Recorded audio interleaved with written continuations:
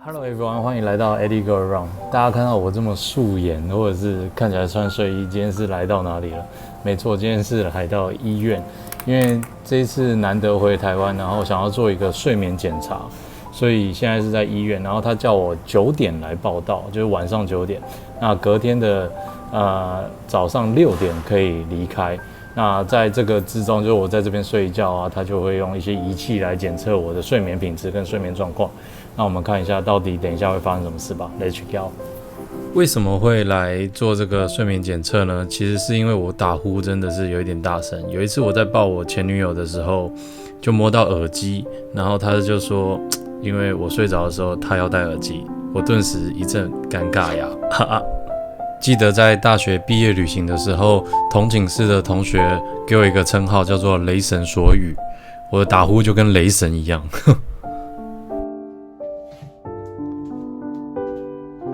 它会不会掉下来啊？不会。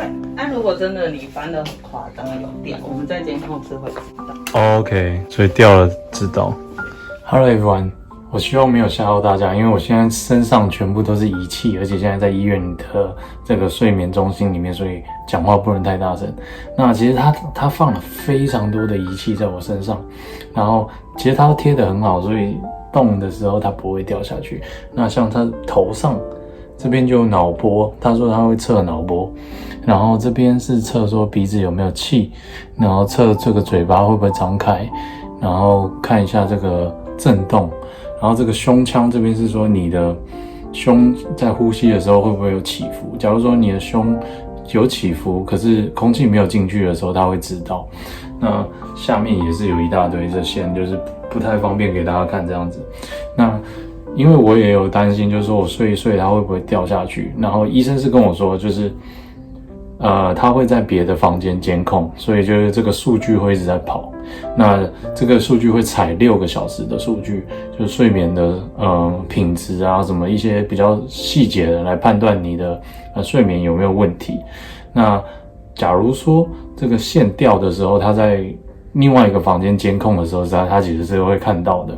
那我这个样子就不要吓大家了。那因为这有一点像那种全面启动的盗梦空间，还比那个夸张。然后当然医生也说，这连 iPhone 的 Face ID 都认不出来是自己这样子，所以是蛮新奇的一个体验。然后睡眠中心是怎么样的一个流程？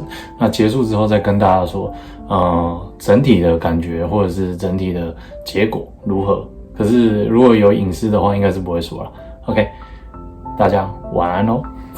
Hello everyone， 我们现在是早上的5点半，然后我刚才把身上的所有仪器拆掉，然后现在是跟大家报告一下昨天睡眠的状况。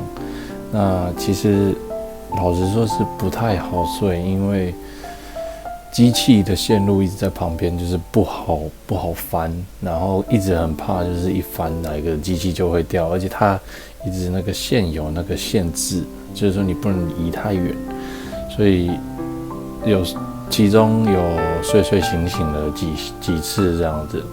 那我也有注意到，有的时候我是用鼻子呼吸，有时候我是用嘴巴呼吸，这跟平常的时候是蛮像的。那其实这边隔音也没有太好，所以我其实可以听到隔壁间或者是其他间有那种很像大楼在那种电钻机的声音，可是这种声音可能是他们在打呼这样子。